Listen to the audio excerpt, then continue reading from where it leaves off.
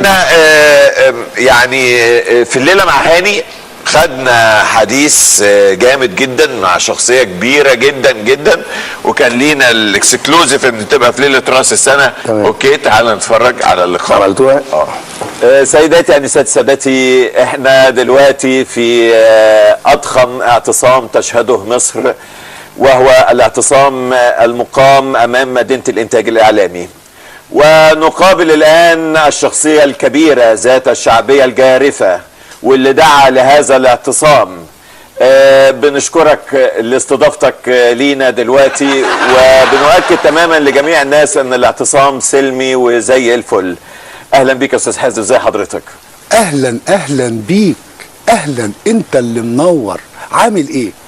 انا الحمد لله تمام، يعني طول ما انت كويس هبقى انا كويس ان شاء الله. الحمد لله. بس انا الحقيقه مش فاهم ليه حضرتك دعيت لهذا الاعتصام عند مدينه الانتاج؟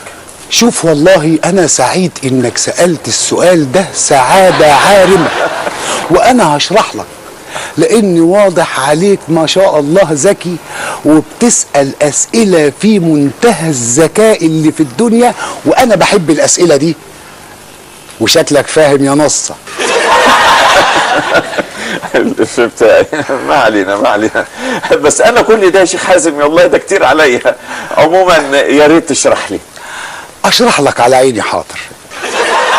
شوف، انا لقيت الجو جميل والبلد كلها عامله اعتصامات. أيوة. ناس عند الاتحاديه، وناس في رابعه العدويه فعلا، وناس في المحكمه الدستوريه. ايوه. قلت ما بدهاش، اشمعنى انا؟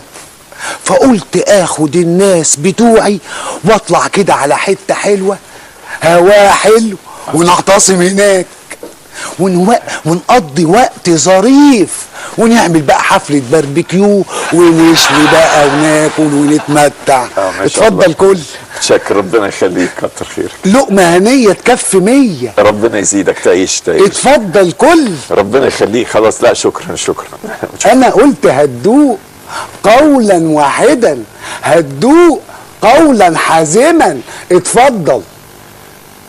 حاضر حاضر، هدوء. عايز كاتشب؟ لا متشكر. بالهنا والشفا. الله، ده حلو قوي. ناس ليها الهبر وناس ليها النستو يا معفنين. اصل احنا سمعنا انكم هددتوا يعني باقتحام المدينه، وفي ناس تانية قالت انكم ناويين تطلقوا قمر صناعي جديد اسمه حازم سات. كل ده اتقال تسامعا، مش حقيقي. لا دخلنا ولا اعتدينا على حد ولا عملنا اي قلق من اي نوع، سلمية تماما. لو حقيقي الكلام ده كان زماننا دلوقتي عملنا اللي احنا عايزينه ومحدش قدر يمنعنا خالص. ايوه، وكان زماني النهارده مكانك في البرنامج ده وبعمل الليله مع حازم. ما يغلاش عليك يا شيخ حازم، بس ازاي ما عملتوش اي حاجه؟ ده انتوا عملتوا حمامات قدام بوابات المدينه على الطريق العام على طول. وفيها ايه؟ فيها ايه؟ من حق اي مواطن انه يعمل حمام. انت لو حبيت تعمل حمام في اي حته مش هتعمل؟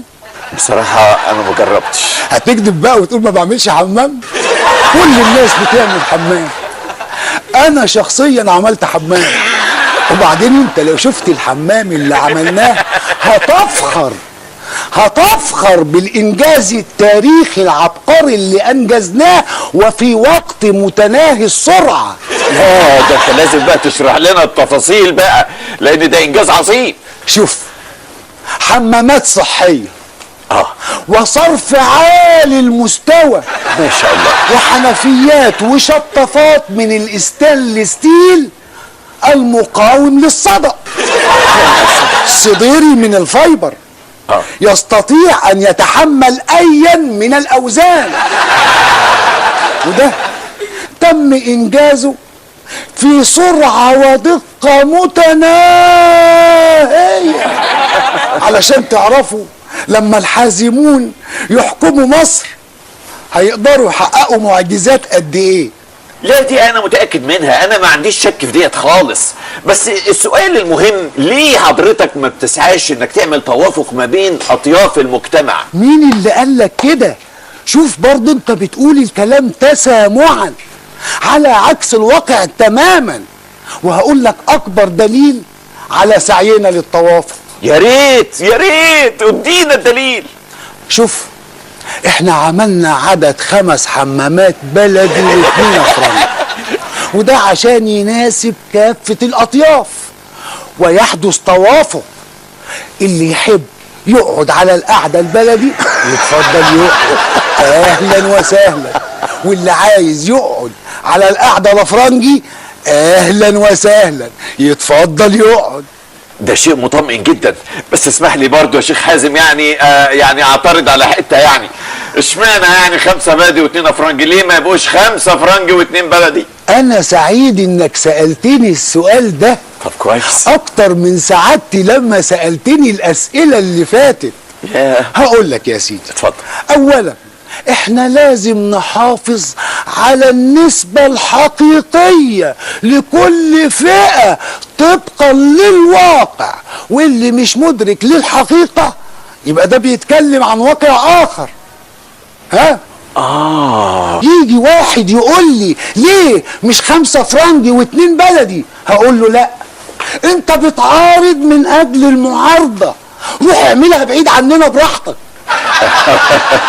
بس انا بصراحه اللي جه في بالي، يعني لما انتوا عملتوا الاعتصام ده، انا قلت يعني انك انت خدت الناس بتوعك ورحت اكتوبر بعيد عن الاحداث، عشان ما حدش يقول يعني انكم طرف في اشتباكات الاتحاديه.